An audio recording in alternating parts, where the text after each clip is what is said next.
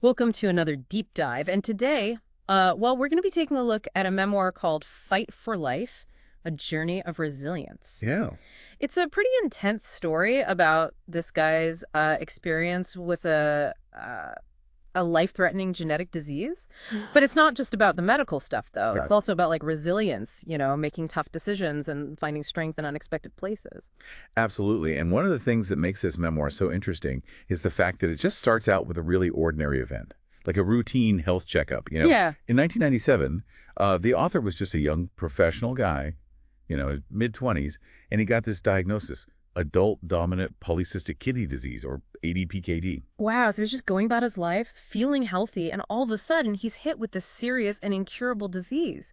And to make things even crazier, he later found out that his father also died from kidney failure. But back then they didn't know what the cause was. Yeah, back in 97, genetic testing wasn't as advanced as it is today, and ADPKD could have easily been overlooked. I think it really shows how important it is to understand your family's medical history, for your own health. Oh, absolutely. But, when he first got diagnosed, the author was in total denial. He just kind of chose to ignore it and focus on his crazy demanding job at a five-star hotel in Agra. Do you think denial is like a natural coping mechanism? I mean, when you're faced with something so scary?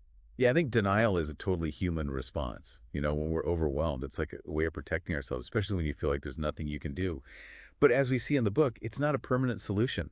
Reality always has a way of catching up. That's so true, and that's exactly what happens in the book. Fast forward to 2007, and the author is suddenly hit with this excruciating ankle pain. And that's really where the story takes this wild turn. Yeah, it's so interesting how something totally unrelated can force us to deal with something we've been avoiding.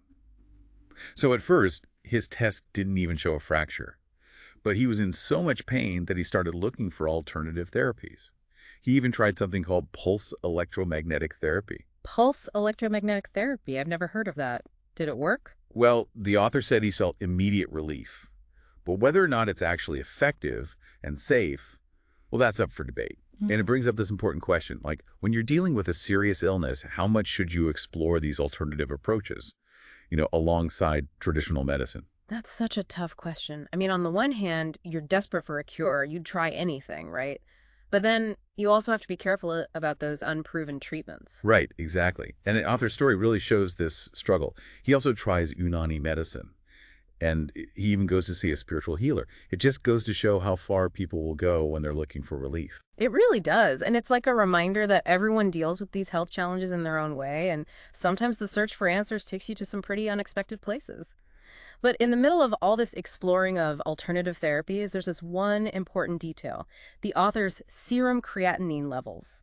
That's a key indicator of kidney function, and they start to rise. By January 2008, they're at 2.0. That means his kidney function is already at 50%. Yeah, that's a major wake-up call for sure. It really highlights that ADPKD is progressive. Yeah. Yeah, at first the diagnosis might seem kind of abstract, but now he's got this concrete evidence that his condition is getting worse. I can't even imagine how scary that must have been. And there's no cure for ADPKD, so how did he even deal with that news? He did what a lot of us do when things get tough. He just threw himself into work. Bought a new office space, expanded his team. It's almost like he was trying to build a wall of busyness to block out what was happening with his health. I totally get that. Sometimes staying busy feels like the only way to keep the fear and anxiety away, but as the author learns the hard way, you can't outrun your health forever. Yeah, and soon he just couldn't ignore the physical symptoms anymore. Like that bloated stomach he mentioned. Exactly, another sign that his kidneys are really struggling. And then in early 2011, all these awful symptoms hit him all at once. Chest pain, dizziness, nausea, weakness, swollen feet, a metallic taste in his mouth. Ugh. Those are all the classic signs of end-stage renal failure. Absolutely. His body's basically sending out an SOS signal. And by April 2011, his creatinine levels have shot up to 4.52, confirming what he feared most. His kidneys are failing. So at this point, there's this huge shift in his mindset, right? The denial is gone, and it's replaced with acceptance. Yeah, he realizes he can't escape it here. It's time to face reality and get ready for the fight of his life. What a fight it will be. Join us for part 2 as we dive into his journey through these intense surgeries, the emotional roller coaster of a transplant, and the incredible support of his family. So we're back, and we're talking about Fight for Life. When we left off, the author was at this point of acceptance. His kidneys were failing, and it sounds like a really tough road ahead. It really puts things in perspective, doesn't it? Like, even when you're facing a life-altering diagnosis, you still have a choice: Hmm. surrender or fight. And in this memoir, the author chooses to fight, starting with a fistula surgery. That's a necessary step to get ready for dialysis. Right, and for so many people with kidney failure, dialysis is a lifeline. But it's also a huge life change. I mean, you have to go in for treatments regularly, plus the dietary restrictions. You're constantly aware of your condition. Oh yeah, it's a big adjustment for sure. And in the author's case, it was just the beginning of a whole bunch of complicated procedures. Yeah. He ends up having a bilateral nephrectomy, that surgery to remove both of his enlarged kidneys. I remember reading about how big his kidneys were. I think they weighed a combined 5 kilograms. That's crazy. It really just shows how severe his condition was. It's a powerful detail. And the surgery itself was really rough, lots of complications. He even needed blood transfusions and ended up in intensive care. It was touch and go there for a while.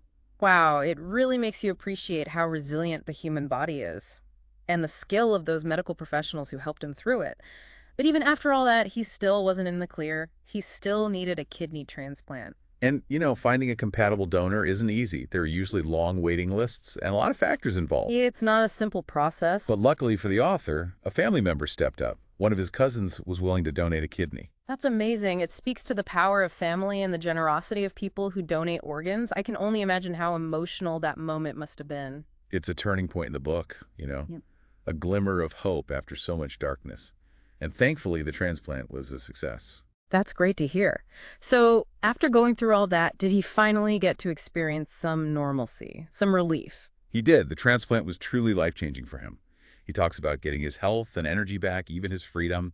He could go back to work and just live a life that wasn't consumed by his illness. That's the ending we were all hoping for. A chance to reclaim his life and put this whole ordeal behind him. Yes, but life is rarely that straightforward. The memoir also goes into the author's experiences with grief and loss. In 2012, his older sister, who had also had a kidney transplant, passed away. And then in 2015, he lost his mother. That's heartbreaking. After fighting so hard for his own health to then go through those losses, it makes you wonder how anyone can handle so much. It really shows his strength and the support he had from his family and loved ones. But even then, his challenges weren't over. In 2022, he's hit with another health crisis, a very serious case of mucormycosis, that's also known as black fungus. Oh, wow. And that's especially dangerous for transplant recipients, right? Because their immune systems are weakened from the anti-rejection meds. What a terrible thing to happen after finally finding some stability. It's like a constant reminder that just when you think you've overcome one hurdle, life throws another one your way. He writes about the intense treatment for mucormycosis, the surgery, the long course of antifungal medication. Another close call. So did he recover from the infection? He did, but unfortunately the mucormycosis had a terrible consequence. It caused his transplanted kidney to start failing. Oh no, after everything he's dealing with kidney failure again. How incredibly unfair. So what were his options at that point? Things were pretty dire. His doctors decided that another transplant was his only real option. But before that could happen, he had to have another major surgery, a graft nephrectomy to remove the failing transplanted kidney. 2 kidney transplants in one lifetime. Going through that whole process again, the surgery, the recovery, the uncertainty, it's hard to imagine the strength and determination it must have taken. It really is a testament to the human spirit, the will to keep going, even when faced with such incredible adversity. This deep dive has been quite the emotional roller coaster. From the highs of a successful transplant to the lows of recurring illness and loss. The author's story has definitely taken us on a journey. But we're not done yet. Join us for the final part, where we'll find out what happened after his second transplant and hear his insights on resilience, hope, and finding meaning even in the face of life's biggest challenges. All right, so we're back, and we've been on this incredible journey with the author of Fight for Life. He's been through so much. Last time, we were talking about how he was about to face his second kidney transplant. So what happened? Did it work? Well, the good news is the author's story keeps going on that path of resilience and hope. He had that second transplant in June 2024. And from what he says in the book, he started that long recovery process, really determined to make this new kidney last. After going through all that, 2 transplants, multiple surgeries, and always worrying about his health, you'd think he'd feel kind of resigned, or maybe even bitter. You would, but that's not what we see in this memoir at all. His spirit is surprisingly positive. He talks about getting back to work, living a healthier lifestyle, and even just finding joy in simple things, like enjoying a good meal without having to worry about dietary restrictions. Mm. It really makes you realize that even after going through something so difficult, the human spirit can find a way to bounce back. That's truly inspiring. He doesn't let his health define him. Instead, he focuses on what he can control. His attitude, his choices, how he looks at life. It really makes you think about how you deal with challenges in your own life. I agree. This memoir is a testament to the power of mindset. He doesn't focus on how unfair his situation is. Instead, he focuses on living each day to the fullest, finding purpose and meaning in his work, his relationships, and how he contributes to the world. He even becomes an advocate for other kidney patients, sharing his story, offering support. It's like he took all that pain and uncertainty and turned it into something good, something that could help others. It's an amazing example of turning hardship into strength and inspiration. His story connects with people because it talks about these universal truths, about resilience, hope, and the ability of humans to overcome adversity. So, as we wrap up this deep dive, what are some of the key takeaways you'd like listeners to think about? Well, I think this memoir encourages us to look at our own resilience. How do we react when we're faced with unexpected challenges? Do we let fear and uncertainty stop us in our tracks? Or do we find a way to adjust, find meaning, and keep moving forward? It also shows how important it is to advocate for our own health, to get good medical information and build a strong support system, people who can help us through those tough times. And maybe most importantly, it reminds us to be grateful for the simple things in life. Our health, the people we love, the chance to chase our dreams. These are things we often don't appreciate until they're at risk. This deep dive into Fight for Life has been really moving and thought-provoking. It's a story about facing the unknown with bravery, discovering strength where you least expect it, and choosing hope over despair. Thanks for joining us on this journey. We hope you found it as inspiring as we did.